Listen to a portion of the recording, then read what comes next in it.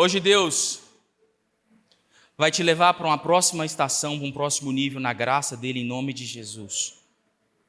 Eu quero profetizar isso na sua vida e eu quero ser canal de Deus para desobstruir esse caminho aqui, em nome de Jesus. Não que vai ser eu que vou abrir, porque a Bíblia diz que Jesus já abriu um novo e vivo caminho sobre as nossas vidas. O que eu vou fazer talvez seja te mostrar o caminho que você precisa trilhar para conhecer ainda mais essa pessoa maravilhosa que é Jesus. Eu quero te convidar a abrir sua Bíblia. Evangelho de Lucas, capítulo 2, verso 52. Vamos junto? E Jesus ia crescendo em sabedoria, estatura e... vamos junto. Jesus ia crescendo em sabedoria, estatura e... Sabedoria, estatura e graça diante de Deus e diante dos homens. Agora eu queria que você abrisse sua Bíblia em 2 Pedro, capítulo 3, verso 18. Cresçam, porém, na graça e no conhecimento do nosso Senhor e Salvador Jesus Cristo. A Ele seja a glória, agora e para sempre. Amém. Senhor Jesus, nós queremos apresentar aqui as nossas vidas ao Senhor. Nós nos estaremos expostos à Tua palavra e também expostos ao Teu Espírito sobre as nossas vidas. Tira todos os comichões, todas as sensações, todas as distrações do nosso coração e dos nossos ouvidos. Que o centro do nosso foco seja conhecer a plenitude da Tua palavra e da Tua presença. Que a Tua glória possa brilhar no nosso coração e fazer morada sobre as nossas vidas. Nós não queremos apenas um vislumbre da Tua presença, mas queremos conhecer e entrar aonde a Tua glória reside e nela ficar. Por isso, abre os nossos corações, quebra toda a incredulidade, quebra toda a obstrução, toda a ignorância dos nossos corações, para que a gente cresça na graça do Senhor essa noite. E toda a honra e toda a glória será sua e somente sua, em nome de Jesus. Aleluia. Esse mês a gente falou sobre graça. E eu acredito que a gente não vai finalizar, a gente não vai chegar no final desse assunto. Talvez essa também não era a expectativa, chegar a um fim, mas talvez seja despertar eu e você, para que a gente pessoalmente possa mergulhar nesse tema. A graça de Deus talvez seja a mensagem mais difundida do Novo Testamento, ainda que ela esteja em toda a Bíblia. De Gênesis até Apocalipse, a graça está sendo manifestada. Aí o esplendor da graça de Deus foi a vida de Jesus, ainda que ele nunca tivesse pregado sobre graça. Ele viveu a graça, ele resplandeceu a graça. E muitas vezes eu e você, eu já trouxe isso aqui algumas semanas atrás, uma pesquisa feita nos Estados Unidos, em torno de 5.000 pessoas, perguntado sobre o que é graça. 98% das pessoas disseram a mesma verdade. Graça é um favor imerecido. E ainda que isso seja uma verdade, ela não é toda a verdade. Porque a Bíblia vai mostrar para mim e para você que nós fomos salvos pela graça, e a graça não é nossa, não é pelo nosso mérito, mas ela é um favor imerecido de Deus sobre as nossas vidas. Porém, a salvação foi o início do processo. E a partir desse momento que eu recebi a graça de Deus para começar uma jornada, eu continuo precisando dela para avançar na minha jornada. A graça não é um favor me entregue em um momento da minha caminhada cristã, mas a graça de Deus ela me entrega a todo momento para que eu continue perpetuando a vontade de Deus e fazendo aquilo que Deus me chamou a fazer, porque sozinho eu não consigo fazer. Então a graça de Deus é muito maior do que a salvação, ainda que ela seja salvação, ela não se resume em salvação apenas, existe muito mais coisas. E um desses fatores sobre graça é entender que eu e você podemos crescer na graça de Deus. Eu e você podemos aprender e crescer nisso. A Bíblia diz que Jesus, o próprio Cristo, disse, ele crescia em sabedoria, em estatura e em graça. A Bíblia diz no livro de Pedro, que Pedro dizendo, cresçam na graça de Deus. Então se a Bíblia está dizendo que eu e você podemos crescer, eu pergunto para você, o que te impede de ainda hoje dar um passo adiante na graça de Deus sobre a sua vida? Nada, apenas conhecimento. Jesus disse, conhecereis a verdade e a verdade... Deus vai te libertar aqui hoje em nome de Jesus. Gostaria de te convidar a abrir sua Bíblia em João capítulo 1. João capítulo 1, verso 16. Se graça é algo que nós podemos crescer, então vamos entender como crescer. João capítulo 1, verso 16 diz: todos recebemos da sua plenitude graça sobre graça. Graça sobre graça. Então a graça não é algo que eu recebo e pronto. Existe graça sobre, ainda que a Bíblia também diga que existe glória em. Vai recebendo aí, irmão. A Bíblia, uma das versões da Bíblia, chamada Bíblia Amplificada, que é uma Bíblia de estudo, diz assim, João 1,16, pois pela sua plenitude, que significa abundância, todos recebemos, ou todos tivemos uma parte e fomos supridos com uma graça após outra, e bênção espiritual sobre bênção espiritual, e favor sobre favor, e dom sobre dom. Isso é graça. É importante saber que quando eu e você recebemos Jesus, nós recebemos a graça de Jesus. E é importante eu e você chegarmos no fim dessa jornada, entendendo que graça não é uma coisa que eu recebo de Deus, não é algo, uma matéria, uma substância que Deus me entrega para eu sobreviver, ou eu viver a plenitude de Cristo. Graça não tem nada a ver com algo que eu recebo de Deus. Graça é algo que eu relaciono com Deus. Como isso pode crescer dentro de mim? Como eu posso crescer em graça? Como que eu, um reles mortal, posso conhecer a Deus, receber a sua graça, não entendendo que eu não merecia isso, receber isso e continuar crescendo nisso? Como que alguém pode crescer em graça? Talvez para tentar te ilustrar isso, eu preciso usar aquilo que Colossenses diz, que Cristo e nós, como igreja, somos unificados em Deus, como uma analogia ao casamento. Talvez eu e você, quantos casados nós temos aqui? Levanta a mão para mim, pessoas casadas. Ok. Você sabe que um dia você foi diante de um juiz. E se você não é casado, você fique sabendo que um dia você vai diante de um juiz e vai assinar um papel lá. E o juiz vai dizer, com os poderes em mim investidos, eu declaro você marido e mulher, e a partir de agora a sua mulher assume seu sobrenome, e a partir de agora vocês são casados diante de Deus e diante dos homens. Porque existe um documento de casamento. Mas eu e você que somos casados sabemos que no decorrer dessa relação que está homologada para as pessoas, nós podemos construir muros que nos distanciam um do outro. Nós podemos construir muros de ressentimento, de tristeza, de rancores, de mágoas, que ainda que tivesse um documento na mão dizendo eu sou casado, existe muita distância construída entre eu e a minha esposa. Como que eu posso crescer em graça? Jesus já me salvou, mas como eu cresço em graça? É simples, entendendo que eu preciso criar uma manutenção desse relacionamento todos os dias.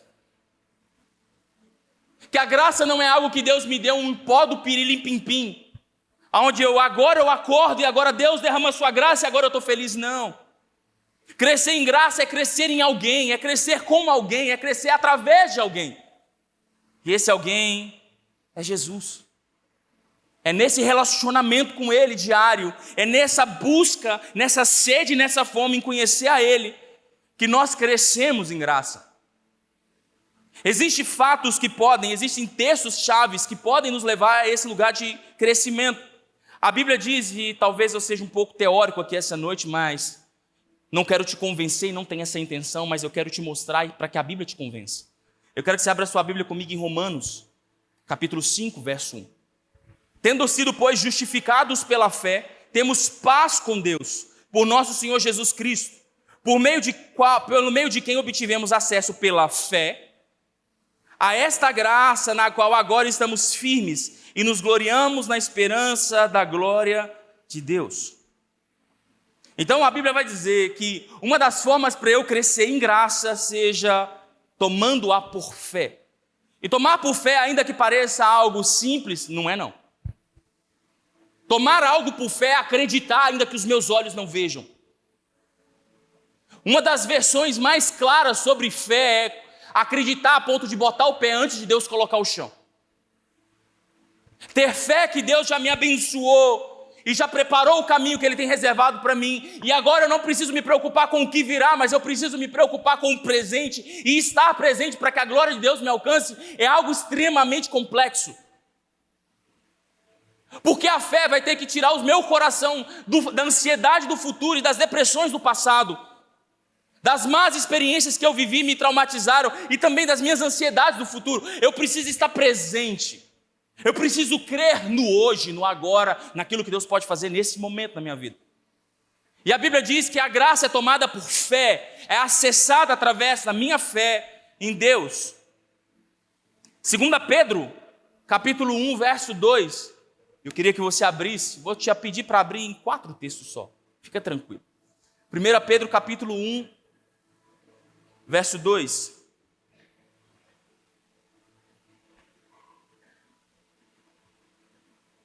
Graça e paz sejam multiplicadas pelo pleno conhecimento de Deus e de Jesus, o nosso Senhor. Graça e paz lhe sejam multiplicadas através do pleno conhecimento de Deus.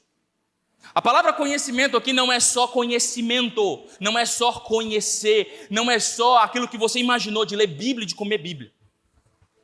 Fala para quem está do seu lado, você precisa ler a Bíblia. Precisa ler Bíblia. Pastor, mas que pensa num livro difícil de entender. A Bíblia não é feita para você só entender. A Bíblia é feita para você experimentar. A Bíblia não é feita para você tirar algo para você, é para ela tirar algo de dentro de você. Não é você que lê a Bíblia que te lê. É ela que te revela o seu caminho e aquilo que você precisa. Ela é a palavra de Deus.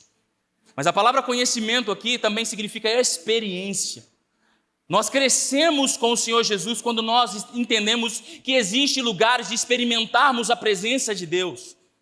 Há lugares que nós conhecemos Deus, não porque alguém me disse, mas porque eu provei e vi. Não porque alguém pregou para mim num domingo à noite, mas um dia eu estava no trânsito e alguma coisa aconteceu e eu soube, porque soube que era Ele que estava falando comigo.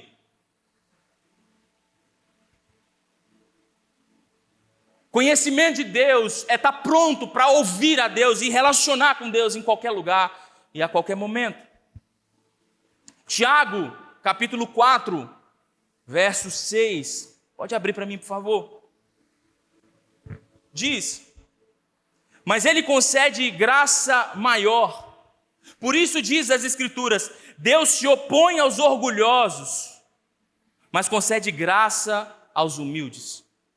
Então, humildade também é um lugar de conhecer Jesus. Através da minha humildade, eu posso ficar pregando aqui pelo menos 1 hora para falar de humildade, mas humildade é saber exatamente o que você é. Quando você acha que ser humilde é achar que você é fingir que você não é ninguém, isso é comiseração. Pessoas que dizem, ai, tadinho de mim, isso é comiseração, isso não é humildade. Humildade é você saber exatamente quem você é e o que você não é. Um homem de Deus sabe exatamente aquilo que ele carrega e sabe exatamente aquilo que ele não carrega. Ele sabe. E ele não está triste porque ele não carrega tudo, mas celebra aquilo que recebeu. Isso é humildade. Eu sei o que eu recebi e eu celebro o que eu recebi e eu fluo naquilo que eu recebi. Isso é humildade. A palavra se opor, quando a Bíblia está dizendo que Deus se opõe aos orgulhosos, essa palavra opor aqui também é uma palavra, um termo bélico. Dizendo que Deus não só se opõe, mas Deus faz guerra aos orgulhosos. Deus faz guerra. Deus se levanta, irmãos. Não existe nada pior do que um orgulhoso. Porque nem as situações, nem a escola de Deus trata o orgulhoso. A única coisa que para o orgulhoso é o próprio Deus. Um homem pode estar passando pelo deserto que for, e ele for orgulhoso, ele ainda acha que ele está por cima da carne seca. Conhece alguém assim? Só Deus e o próprio Deus resiste o soberbo. Quebra ele inteiro para ele dobrar o joelho e dobrar o coração e dizer, só o Senhor é Deus na minha vida. Fala para quem está do seu lado, não espere chegar nessa situação, irmão. Se quebra antes. Atos, capítulo 4, verso 31. Depois de orarem, o lugar tremeu, em que todos estavam reunidos. Todos ficaram cheios do Espírito Santo e anunciavam corajosamente a palavra de Deus. Da multidão dos que creram, uma era a mente e um era o coração. Ninguém considerava unicamente sua coisa alguma que possuísse, mas compartilhava tudo que tinham. Com grande poder, os apóstolos continuavam a testemunhar da ressurreição, e grandiosa graça estava sobre eles. A chave aqui é aquilo que o versículo 31 diz, que eles anunciavam corajosamente. A palavra aqui é ousadamente. Nós não podemos ter mais de relacionamento com Deus, nós só podemos conhecer mais a Deus se nós não tivermos coragem de nos lançarmos em lugares que nós ainda não conhecemos. Se nós não tivermos coragem de fazer aquilo que nós não fizemos por Deus ainda. Se nós não tivermos coragem de dar um passo adiante daquilo que nós fizemos até agora.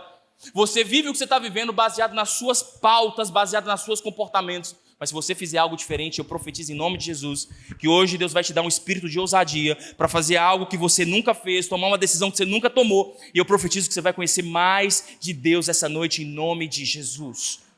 Ousadia também te leva a construir um crescimento de graça. Mas existem coisas que podem te diminuir da graça. Ô irmãos, e esse assunto eu queria ser bem relevante, bem pontual. Hebreus capítulo 12, verso 28. Diz: por isso, recebendo nós um reino inabalável, retenhamos a graça pela qual sirvamos a Deus de modo agradável, com reverência e santo temor. Fala comigo, reverência. Tá, vamos lá. Reverência e santo temor. Talvez você conheça uma das passagens mais icônicas da Bíblia. Quando Davi é ungido rei de Israel. A Bíblia diz que ele pergunta, a primeira pergunta dele foi: como eu vou trazer a arca do Senhor para casa? A Bíblia diz que ele aprontou um carro de boi, colocou o carro de boi e pôs a arca em cima. E no meio do caminho a arca vinha, e um homem chamado Uzá e o seu irmão chamado Aiô. A arca ficou na casa dele por anos. Mas no caminho, Uzá tocou na arca. Lembra o que aconteceu com Uzá naquele dia? O que aconteceu? Morreu. Todo mundo ficou assustado. Como que isso aconteceu? Eu vou te explicar por que isso aconteceu. Ninguém pode servir a Deus com um espírito de familiaridade. Ninguém pode conhecer a Deus com um espírito de familiaridade. Ninguém pode fazer nada diante de Deus com um espírito de familiaridade. Sabe o que é um espírito de familiaridade? Ah, eu sei tocar e está tudo bem, do jeito que eu fizer, Deus aceita.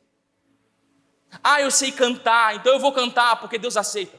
Ah, eu sei pregar, Deus aceita. Ah, não, eu vou na igreja todo domingo, então Deus me aceita. Ah, eu faço o que eu faço e Deus me aceita desse jeito. Existem pessoas, e eu vou te dizer uma coisa mais pesada ainda hoje. Existe uma forma de ser amaldiçoado por Deus. O livro de Jeremias diz: maldito é o homem que faz a obra de Deus relaxadamente. Por isso Hebreus diz: façamos a obra de Deus com reverência e santo temor. Temor não é ter medo de Deus, mas reconhecer a grandeza para quem eu estou prestando o meu serviço. Existem pessoas que afastaram a graça de Deus porque banalizaram a graça de Deus. Existem pessoas que estão dizendo: Deus, eu estou prestando o meu serviço, vem a tua glória. Deus, como? Você é uma geração de usar, vocês estão achando que porque vocês estão fazendo, vocês são vistos, e Deus não vê como os homens vê. Deus vê o nosso coração. Então talvez você esteja na sua casa pregando para as pessoas, ou falando de Deus para as pessoas, ou almejando que Deus faça algo por você, mas você não carrega dentro de você um espírito de temor. Você não entendeu que nós servimos a Deus quando nós entendemos a grandeza do Deus no qual nós servimos. Então a Bíblia vai dizer para mim e para você que eu e você possamos servi-lo com reverência e temor. Senão a graça de Deus pode ser travada na minha vida, na sua vida. Gálatas, capítulo 5, verso 3, diz: de novo declaro a todo homem que se deixa circuncidar e que está obrigado a cumprir toda a lei. Vocês que procuraram ser justificados pela lei, separaram-se de Cristo e decaíram da graça. Pois é mediante o Espírito que nós aguardamos pela fé a justiça, que é a nossa esperança. Porque em Cristo nem circuncisão e nem incircuncisão tem efeito algum, mas sim a fé que atua pelo amor. O que Paulo está defendendo? Quando os Gálatas receberam a palavra do reino e receberam Jesus, alguns homens começaram a dizer para eles: vocês receberam Jesus no coração, mas precisam fazer a circuncisão. A circuncisão, para quem não sabe, é a operação de fimose, que era o símbolo da aliança dos judeus com o Pai. E Paulo está dizendo: ei, vocês não precisam fazer isso. Vocês não precisam. Porque o que fazem vocês serem aceitos pelo Pai agora é a sua fé. Foi Ele que quis receber vocês. Mas não assuste, muitas pessoas quiseram se circuncidar. Porque a circuncisão para eles era um meio de dizer para si mesmo: eu sou aceito por aquilo que eu faço. E até hoje, essa escola de pessoas que estão buscando fazer algo para Deus, para ser aceito, ainda existe. Pessoas que sobem os montes. Jesus falava disso. Pessoas que ele faz a alusão de um fariseu e de um publicano, um homem que era aceito pela lei e um homem que era rejeitado pela lei. E ele diz: eu sou o publicano, o fariseu dizendo: eu sou alguém que dá dízimo, que ora 3 vezes por dia. E o publicano que era rejeitado dizendo: Deus, eu sou pecador, eu não mereço nada. E Jesus faz a seguinte pergunta: a quem foi que o Pai ouviu? Aquele que não precisou fazer nada, mas reconheceu que não era ninguém sem dele. Existem pessoas dentro das igrejas hoje que acham que são alguma coisa por aquilo que fazem, pelo seu tempo de caminhada, pelo dom que carrega, pela unção que carrega. E isso tem tirado essas pessoas do centro dos olhos de Deus. Jesus disse: deixai vir a mim as criancinhas, porque dela... Jesus só aceita criança? Mas criança não é alguém que tem dificuldade em se arrepender. Crianças são pessoas que, se você trouxer a correção e a luz, se arrepende facinho, facinho. Você não é aceito por aquilo que você faz, mas quando você acredita nisso, você afasta a presença de Deus da sua vida. Hebreus capítulo 12, verso 15, se você quiser abrir. Cuidem para que ninguém se exclua da graça, que nenhuma raiz de amargura brote e cause perturbação, contaminando a muitos. Cuide para que ninguém se exclua, para que ninguém seja excluído da graça de Deus. São pessoas, e aqui o autor está dizendo sobre pessoas, cujo o governo da sua vida está sobre os seus sentimentos. Quem conhece alguém amargurado aqui? Levanta a mão para mim. Quem conhece alguém amargurado? Deixa eu ver. Pode levantar a mão bem alta. Conhece alguém que é amargurado? Agora abaixa a mão. Quem é amargurado? Levanta a mão para mim. Ninguém, né? Sabe como é que você conhece o amargurado? Perguntando para ele se ele é amargurado? Não. Perguntando para ele se ele se sente... Pergunta para a pessoa que está do seu lado aí. Você se sente injustiçado em alguma área da sua vida?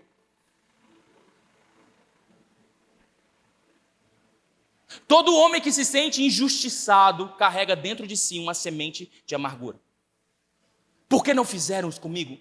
Por que não me deram a oportunidade? Por que não me deram a chance? Por que não me deixaram falar? O senso de justiça própria rouba a graça de Deus. Amém? Quem está feliz aqui hoje? 1 Pedro capítulo 4, versículo 10. Diz: cada um exerça o dom que recebeu para servir aos outros, administrando fielmente a graça de Deus em suas múltiplas formas, ou de multiforme maneira. Aqui Pedro está falando sobre administrar a graça de Deus, exercendo a minha vida com os dons que Ele me deu. Romanos diz que nós temos diferentes dons de acordo com a graça que nos foi dada. Então, o que Pedro está dizendo é que a falta de administração de minha parte para aquilo que eu recebi me tira da graça de Deus. Se eu não administro bem, eu posso me afastar desse relacionamento. É isso que a Bíblia está dizendo. Porque essa relação pode manifestar presentes e dádivas que o próprio Deus vai confiar em mim e você, para que a gente conclua o serviço de servir uns aos outros. Afinal de contas, o Evangelho fala em servir uns aos outros. Então a Bíblia está dizendo que quando eu sirvo uns aos outros com os dons que Ele me deu, eu administro a graça de Deus que foi derramada sobre a minha vida. E de fato, os dons são a ação da graça de Deus derramada que transcende a nossa capacidade natural. Quando eu e você carregamos um dom, e eu quero fazer uma parêntese aqui, todos nós carregamos dons da parte de Deus sobre as nossas vidas. Você crê nisso? Amém? Amém? Amém? Você carrega um dom de Deus, algo sobrenatural de Deus foi derramado sobre a sua vida. Ainda que você não tenha acessado, já está dentro de você, porque Deus colocou dentro de você.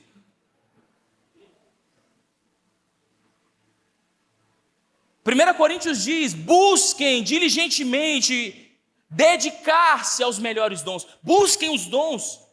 Busquem, procurem, corram atrás de viver os dons de Deus sobre a vida de vocês, porque o dom não é o mais importante da nossa caminhada, mas é Ele que abre caminho para isso.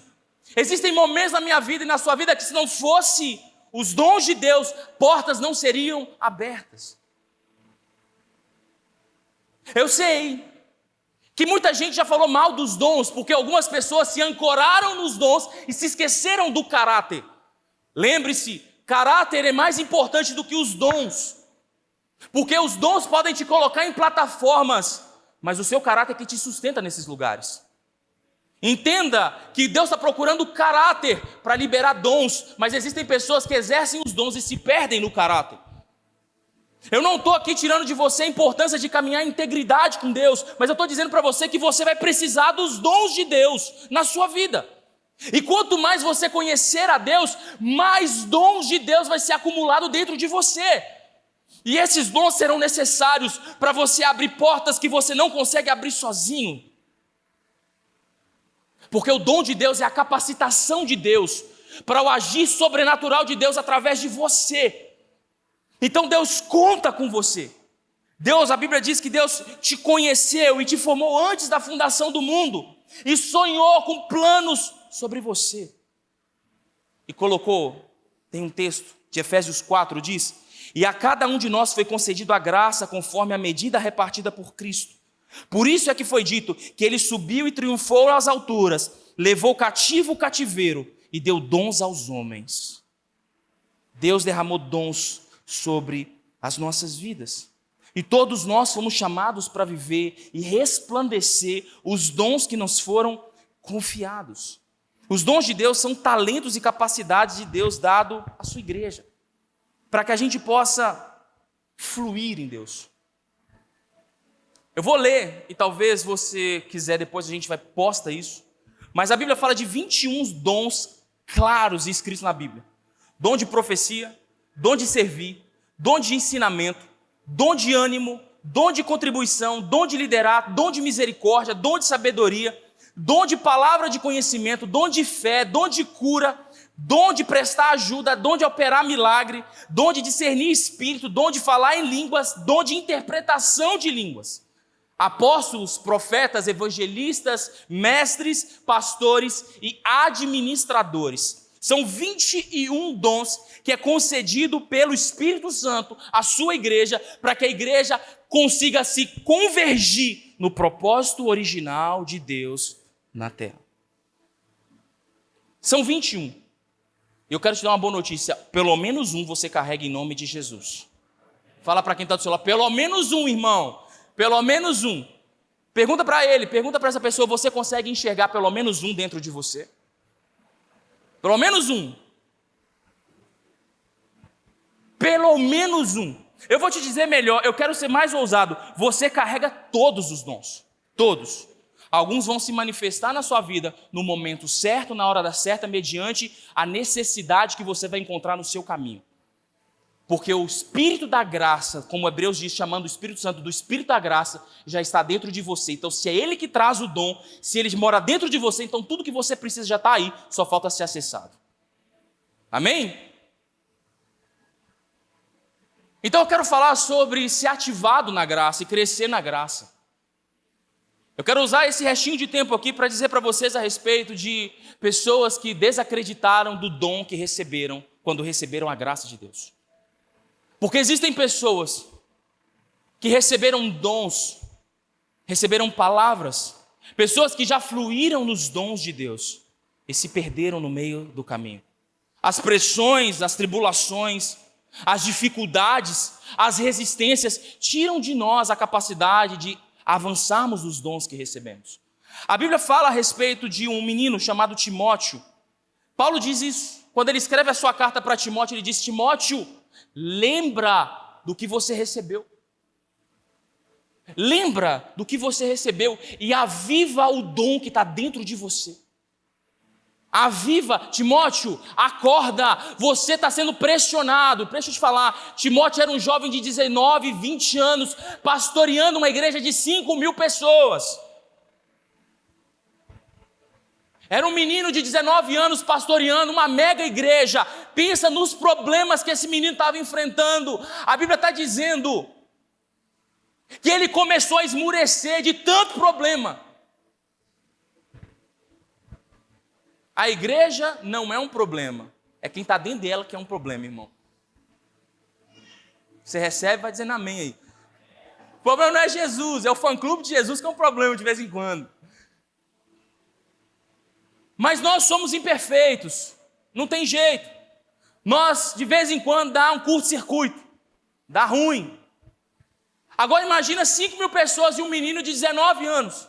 Não sei se você sabe, mas o seu cérebro está completamente formado biologicamente com 25. O menino não estava nem pronto, não tinha nem crescido o suficiente, já estava pastoreando a igreja de 5.000 pessoas.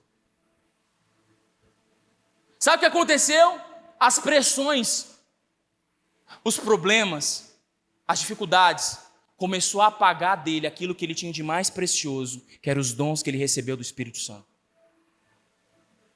Talvez você não está pastoreando uma igreja de 5.000 pessoas ainda. Amém? Aí, misericórdia. Amém? Mas as suas pressões e as suas tribulações estão apagando o bem mais precioso que você recebeu de Deus. A única arma que você tem para romper com barreiras, para romper com o natural e atingir o sobrenatural. Alguns de nós nos esquecemos e estamos lutando com a força do nosso braço para tentar romper com coisas que não vão ser feitas pela força do nosso braço, mas com as armas que Deus confiou nas nossas mãos. Paulo diz a Timóteo: Timóteo, se lembra dos dons que você recebeu. Reaviva os dons que você recebeu, porque eles são necessários para você cumprir a jornada que você precisa. A pergunta é: como, no meio das pressões, reavivar os sonhos, reavivar o dom que eu recebi? Deixa eu te falar, existem pessoas aqui que têm dons de sonhos. Conhece gente assim? Que quando ele te manda uma mensagem, sonhei com você, o joelho até começa a bater, se for Jesus Cristo.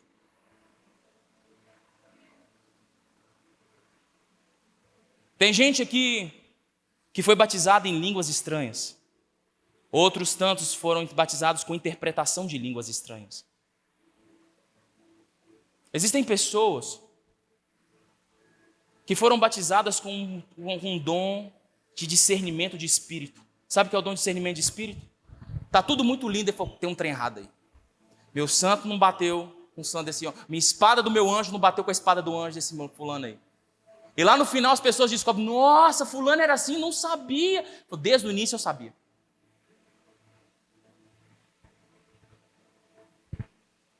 Tem gente que foi batizado com um dom de cura.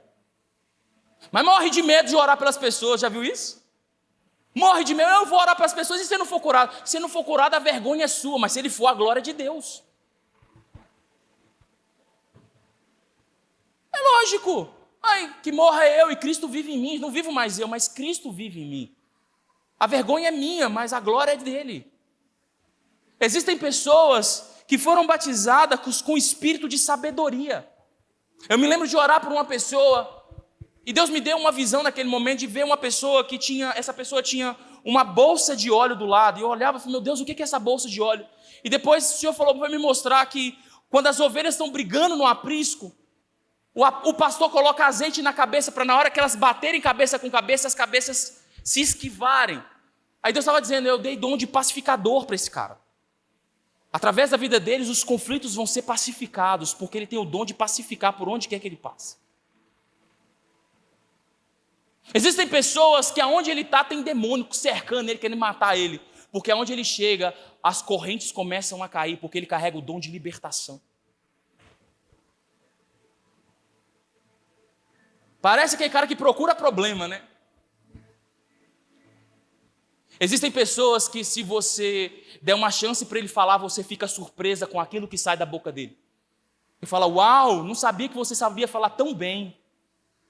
Parece que Deus está falando na sua boca. E é verdade, às vezes Deus está dando para ele o dom de sabedoria. Existem pessoas que quando chega perto de você não precisa de um eis que te digo. A gente gosta do eis que te digo. Gosta ou não gosta? Eis que te digo, varão. Aí você fala, ô Jesus, molha eu aqui de azeite agora. Mas quando não tem o eis que te digo, mas alguém diz assim, ei filho, preste atenção, Deus quer fazer isso aqui na sua vida. Olha, eu estou percebendo que Deus quer fazer isso na sua vida. E daqui a pouco as coisas começam a acontecer. Você fala, uau, bem que o fulano falou. É dom de profecia. E tem pessoas aqui dentro que carregam isso. Só que as tribulações roubaram da gente a alegria de servir a Deus. Nós confiamos muito mais na nossa PNL, nas nossas teologias, nos nossos discursos e na força do nosso braço, e nos esquecemos que o que traz transformação na vida de uma pessoa continua sendo o Espírito Santo de Deus, a mensagem da cruz pregada que transforma o homem e convence o homem do pecado, da justiça e do juízo de Deus. E nós queremos que as pessoas digam para a gente coisas bonitas, só que nós não queremos dar vazão àquilo que Deus está empurrando a gente para fazer. A gente fica com medo, porque tem tanto problema, que se eu falar, quem é que vai acreditar? Sabe, eu já fui assim.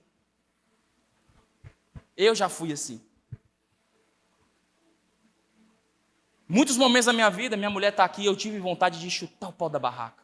Eu não aguento mais. Mas as pressões não puderam me parar e também não podem te parar.